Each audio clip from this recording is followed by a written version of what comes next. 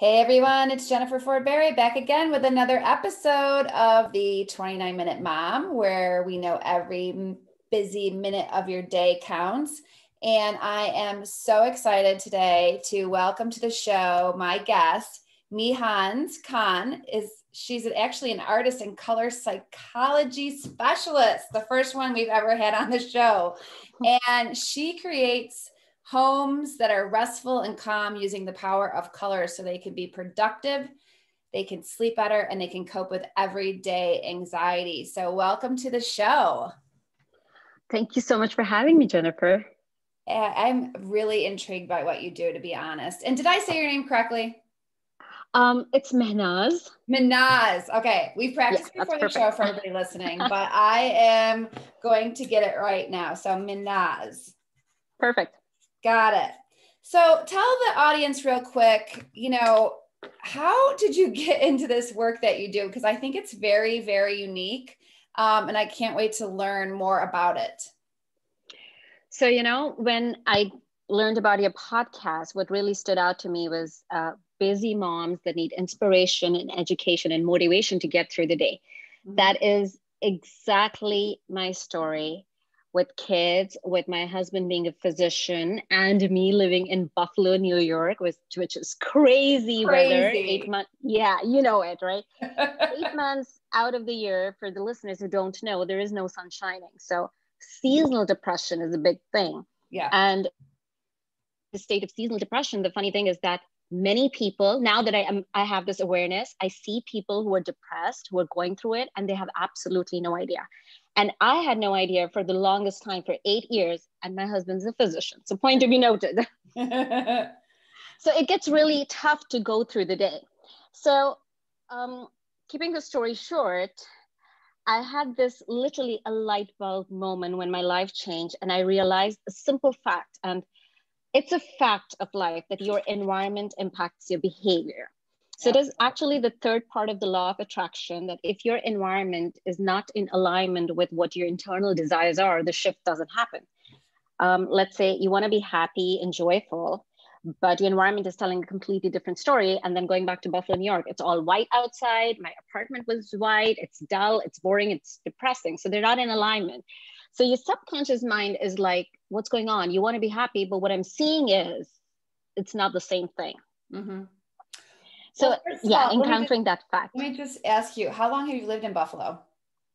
I lived in Buffalo for a little over 3 years. Okay. Yeah. So this seasonal depression is a real thing that you're speaking of. And I could not agree with you more, because although I have no idea about color and I'm not creative, I'm very kind of black and white, but I do understand that space and your environment is so crucial to your mood and to your well-being. And I think a lot of people listening really need to tune into this today, because your home is the one place in the entire universe that is just for you and whoever lives in that home with you. Absolutely. Absolutely. I think that's a great point you mentioned, that your home is for you. What I see all the time on social media, Instagram, Pinterest, on television, people are creating home for other people. When somebody comes into our house, the guests, how are they going to feel? It doesn't matter. They like it or not like it and how they feel, because they're just for 30 minutes, 2 hours, that's it. Mm-hmm. And you're spending 24/7. How you feel is what matters. And what looks good necessarily does not feel good. It's just like, food that looks tempting, or how we make choices when we're choosing a spouse. Somebody who looks good appearance-wise, is it necessary that they're a good person? They're honest? What is the internal? The same applies to your interiors. Just because something looks good does not mean that you're going to feel emotionally and psychologically good in that space. That is so good. Wise advice. I love when you mentioned the fact that don't create a home for the guests.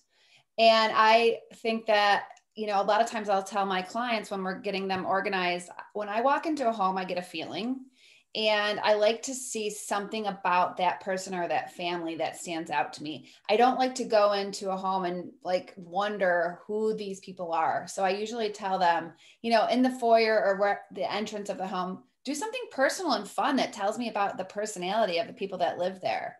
So let's talk about, why, actually, let's talk for a second, how somebody's listening to this and they're probably agreeing with us, right?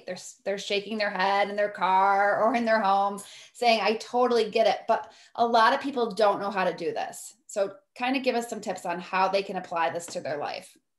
Yes, that's a great question. So the first thing is why people don't know how to do this. The problem is that we live in this world of the internet where there's so much information overload, number one. Number two, we're seeing all these spaces created on social media, on television. They're changing trends. When you're always shopping around, every new season, there's new stuff. So all of this creates confusion.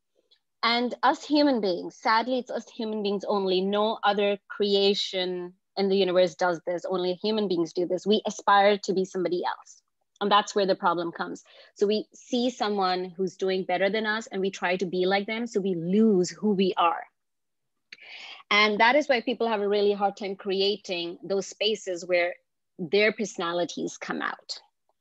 So this is exactly what I do when I'm helping my clients choose color and design elements. And I say design elements because I don't talk about styles like bohemian or farmhouse or modern or traditional. I don't talk about styles because it's just not, everybody does not even understand that. We talk about design elements. What are the shapes, the patterns?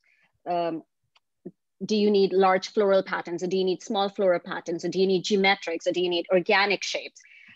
So that's like we talk about in simple language, so everybody understands that.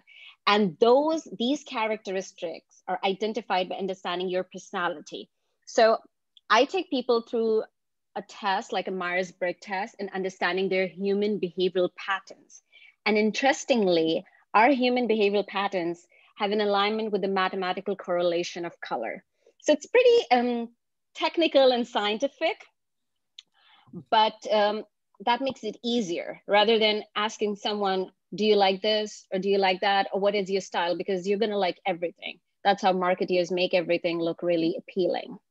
So true. Very, very, very true. I mean, I think too, that's their job, right? That's their job to get us to think we need everything, all the things under one roof, and then we'll be happy. Yeah, Jennifer, when you said like, you haven't heard about this, you haven't met anyone else doing this. This is the reason, because marketers make a lot of money. And people tell me like, Mehanz, okay, if this stuff is so important, it's so crucial, why don't we know about it? Because if you know about it, you're not going to change your decor every season, and marketers are not going to make money. The trends are not going to make money. So they don't want you to know about it. So true, girl. So true.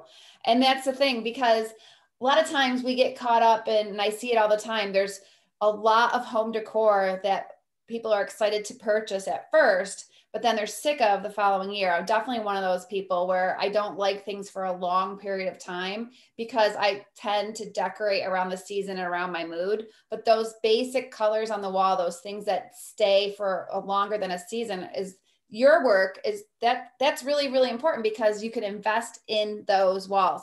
I love how you say I think it's on your website, that walls take up the most real estate in your home. Yes, I do repeat that all the time. Anything on the vertical space makes more of a difference than anything of the horizontal space. So if you have a choice between choosing a rug and a piece of artwork, both are very expensive. Always go for the artwork, because that makes the biggest difference. And honestly, only the person who's buying the rug, usually as women in the house, notice the rug. Nobody else notices it. It's like way below eye level. So anything that's eye level makes a difference, but like the rug is on the floor, literally no one notices it. Yes, very, very true. It's funny because I can put together space really good when it comes to things and give everything a home, but I don't have that side of my brain that I can decorate with things, but as far as what you're talking about, all of the vertical walls, that's where I'm at a loss. And I wonder if it's, our brains are so different. Probably you're more creative and I'm more practical. Would you think that's true? Different things. I am more strategic, if that makes sense. Okay. So even though when I do design and color and art, it's a very strategic process. I have a computer science background. I can tell you have something in there. I love it. So it's like, yeah, it's very step by step, like if A, then B, else C, something like that. That's how it goes. I love it. I really encourage everyone to take a look at your website, which will be linked in the show notes, because it explains this in depth and it's just super, super cool. Like there's this, the first quote I noticed on your website is, it says, to be a better mom, wife, and boss girl, you need to be inspired. Your environment can nourish and fulfill you. Don't you? I mean, I love that because I don't want women's homes to be all about the work. I want them to walk into their home and feel a certain way, like restful, happy, you know, content. But I also love that you put in there inspired and productive. So talk about a little bit, you know, how does this system of color help us be more productive? Yes. So, of course, that's my favorite topic. So, I think it's important to understand that colors are not merely aesthetics.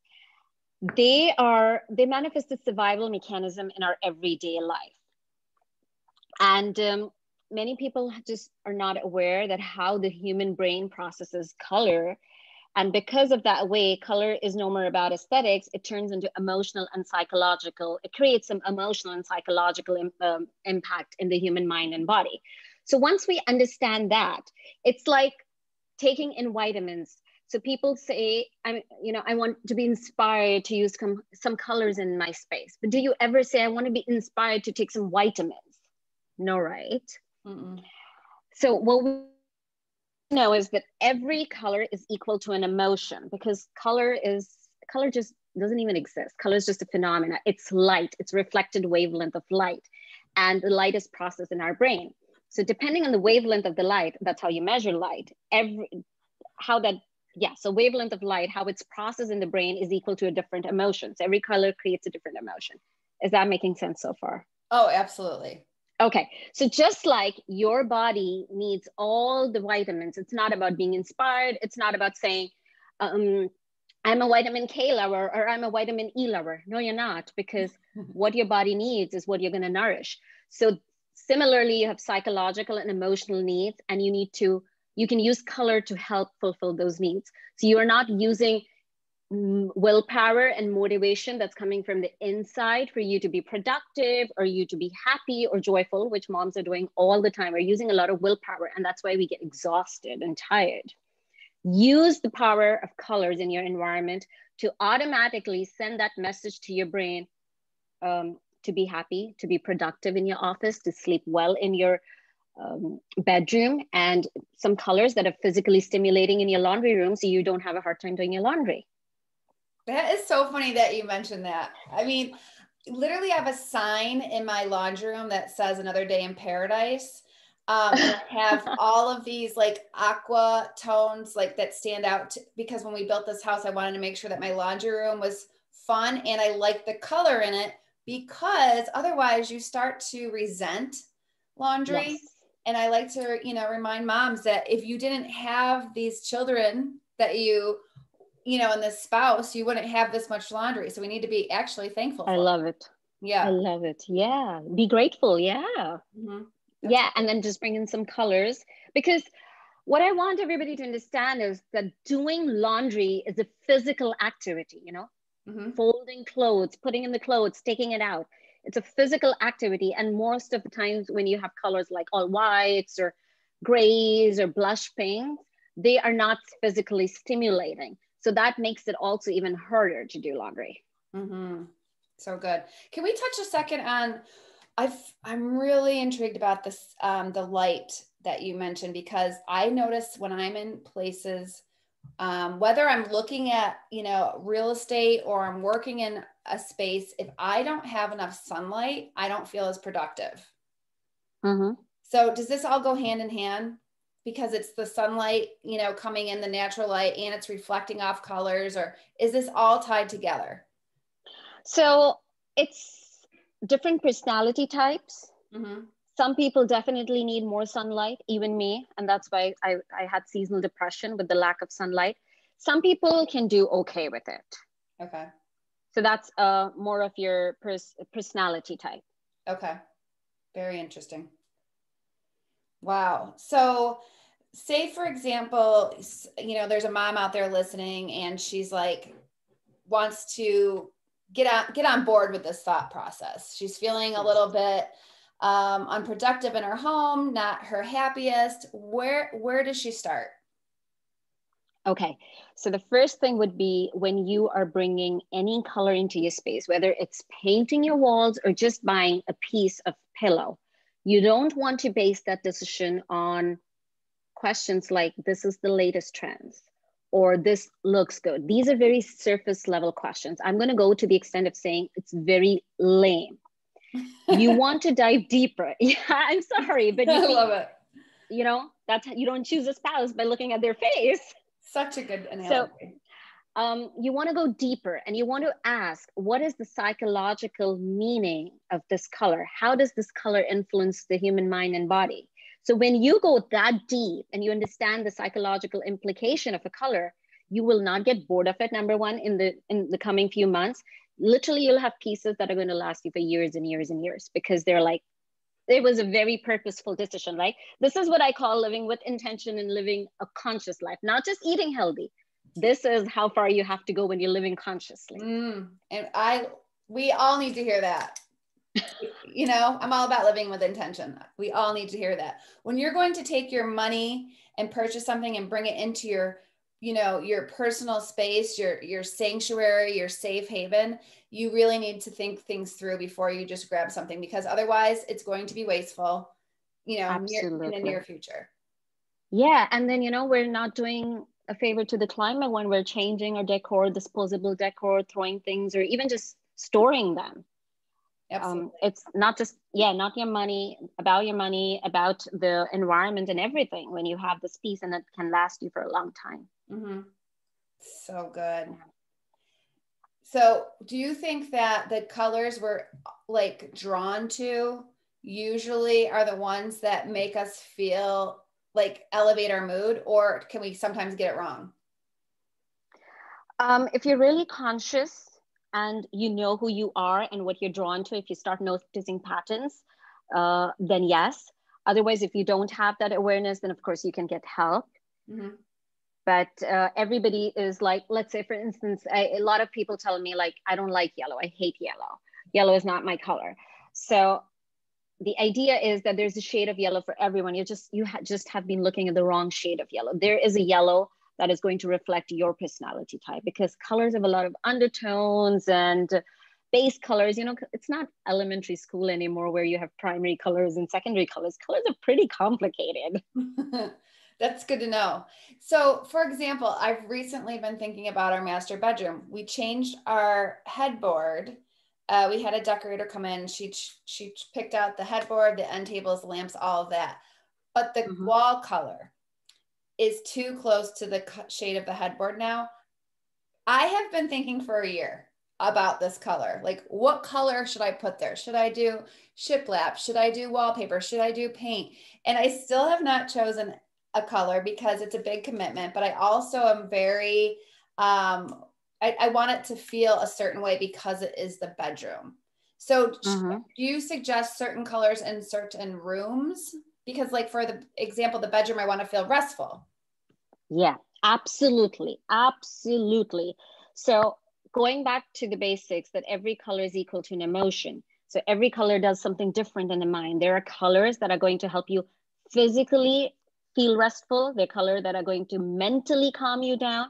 They're colors that are going to physically stimulate you. They're colors that are going to mentally stimulate and build concentration, and colors that are going to get emotionally triggered. So you really want to find out if the purpose of your bedroom is to sleep well and turn it into a sleep-inducing environment, then there's certain colors that do that. You don't want to have that color which is going to build your concentration and focus. Mm-hmm.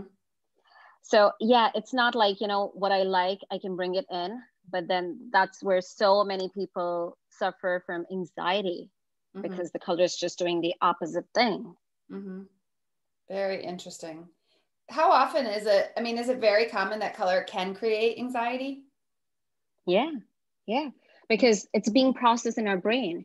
And again, it's a wavelength of light. It's pretty scientific. It's a wavelength of light. That number is being processed in our brain. Those numbers do different things. They do a lot of things. They trigger our emotions, behaviors, feelings, thoughts, appetite. They can kill your appetite, metabolism, body temperature, reproductive functioning. A lot is going on. This is absolutely fascinating. I'm just like, this is the most interesting thing I've heard of in a long time. So just tell us a little bit. Somebody is listening to this episode today, and they want to work with you, or they want to get on board with this process. Kind of spell it out for us. What are some of the first steps? Yeah. So what I do is virtual consultations, and that's just, easy for everyone. Mm-hmm. And you get a roadmap, which is going to include all the colors that you will be using in that specific space. So first we get on a call, we understand what's your requirement. Let's say you want to do the bedroom. So what are your goals for the bedroom? What is the purpose of your bedroom? And then I create a proposal and I come back. So we talk about expectations and we talk about that we're on the same page, what you're looking for. And then when we start the designing process, it's about knowing the purpose of your space and identifying your personality type. So few things that I'm never going to do is ask you about, give me suggestions on what colors you like, or create a Pinterest board. Because again, going back to the Pinterest board, you can aspire to be someone else. You like a lot of different things, but most people cannot point out what is that exact element that's like you're attracted to, because a room comes together with all the different elements in it, right? So I go through a process of identifying your personality type, which means is that how do you approach things? How do you do things? So different people, even if you and I are given the same task to finish, the way we're going to get to the result is going to be different because we're different human beings. Mm-hmm. And that helps us identify what your colors and what your design palette is going to be. So then you get a roadmap, which includes all the colors that you're going to use in your space, the exact paint name, how you're going to use those colors, what color is going to go on your wall, what's going to be your bed, let's say if it's a fabric, or should you be using wood. So you will be told all of that. If you're putting curtains, what colors are the curtains going to be? What color should the art be? What color should the accent pieces be, the accessories be, all of that stuff. And then also the design elements. What shapes are you going to use? Do you need furniture pieces that have rounded edges or sharp angles? Is it going to be wood with a lot of texture, or is it supposed to be glossy surfaces such as marble, or wood that has a lot of gloss or a lot of metal? So all of those details are included in it. And then you can have fun doing shopping. One thing it does for you is that it makes shopping absolutely easy. Like 75% of the products on the market have been eliminated. You just have to look at those things which have those certain shapes or certain patterns. And as moms, and if you're stay-home moms and you're doing all of this stuff every day, this gives you this accomplishment, because you decorated this space and you created that space and that the family is going to enjoy. So you're empowering the moms by giving them the tools, and then they're going out and having fun by doing the shopping. Yes, definitely. Women definitely enjoy it. And some people want everything to be done, but not everybody does. I love that. Do you think this ties in a lot with how we dress? Because I've had, a lot of wardrobe consultants tell me I shouldn't wear neutral tones and things like that. Do you think, would our colors that we put in our house kind of tie together with what we should be wearing on our body? Yes, it does. Very cool. Yeah. This is so cool. I love it. I love it. Anything else you want to tell the listeners? So my one advice is going to be, colors is one of those things that you do not want to reinvent the wheel, or you don't want to be too innovative. So like I was saying, I have this computer science background, and computer science is all about being innovative, right? Think outside of the box, be innovative. That's all we had in our head, always thinking and creating new softwares. But color is one of those things that you shouldn't do this. And that is where anxiety comes in. So everything has its benefit, but it has the other side also. When machinery was created and these industries were created, They made man's life easier, but then we had this problem of pollution. So a way to understand color is, because color is a very natural mechanism, it's not man-made. And whatever your belief is, God, universe, Mother Nature has already done the work for you. Example that I want to give is blue does not exist in nature in food. Your food turns blue. For instance, if you have meat in your refrigerator, anybody can do this experiment, leave your meat in the refrigerator for a few weeks. And when it turns bad, it's going to turn blue. So in nature, when food turns blue, it's a sign that it's been poisoned, it's bad, it's time to throw it away. So what people are doing is they're trying to be too innovative and add blue coloring into food. And I'm sure you've heard people say, this is not appetizing, I lost my appetite, it doesn't look good, things like that. What's happening is your subconscious mind.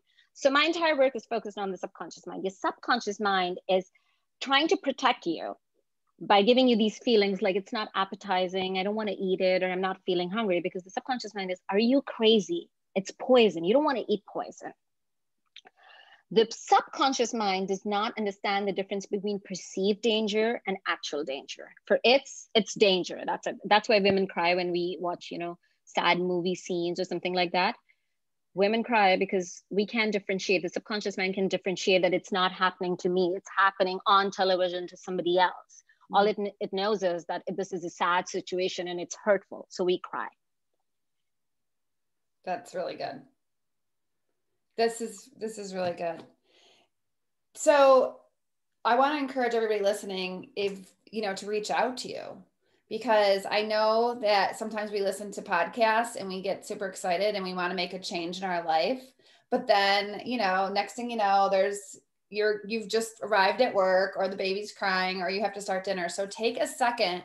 If you have really, if there's somebody listening that really wants to work with you, tell them how they can connect with you.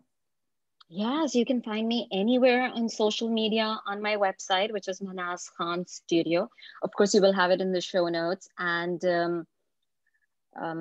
the packages are there on the website, and we can start the conversation from there.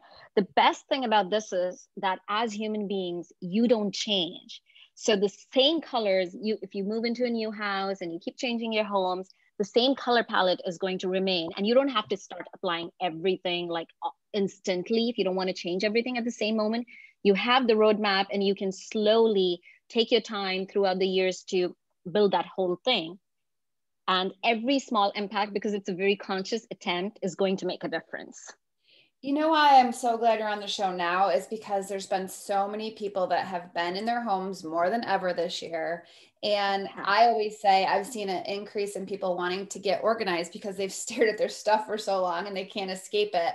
But maybe it was a good thing because it has made us aware that our home should be a reflection of who we are and who we strive to be. And imagine what you could do for those people that are kind of sitting there depressed. Maybe they've lost their jobs. Maybe they just are feeling down for whatever reason. They haven't seen their family as much. If they're going to be in their homes, this is a great opportunity to improve their environment and kind of kickstart the way they're feeling, and maybe start off, this spring in a new direction with a new mindset. That's so true, Jennifer. And I'm sure you've heard that so many people have been changing their spaces. And it's not about like I have the time right now or I need something new. It's about when you're sitting home, your subconscious mind is like, there's so much wrong here. It's not in alignment with who you are.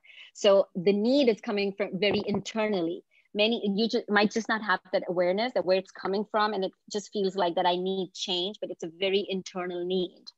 Yes. And we need to listen to it. And, I've noticed how, because families aren't traveling as much, or maybe can't go out to dinner as much, or whatever the case may be, they're investing in their homes more than ever. And I think that's wonderful because it's something that, you're always in every single day, and your children. Yes. This is something that can really help the children that live at home, right? True. Very true. Yeah. Yeah. And I'm sure you even have ideas and suggestions for all the different things that moms are facing with their children. So if you have a child that is having a hard time focusing, you can set up their space where they're studying. Maybe they're doing, virtual work now through school. And it's really important to set up that space with the color that's going to keep them calm and focused. Mm-hmm. Yeah. Wonderful. Wonderful. I love this.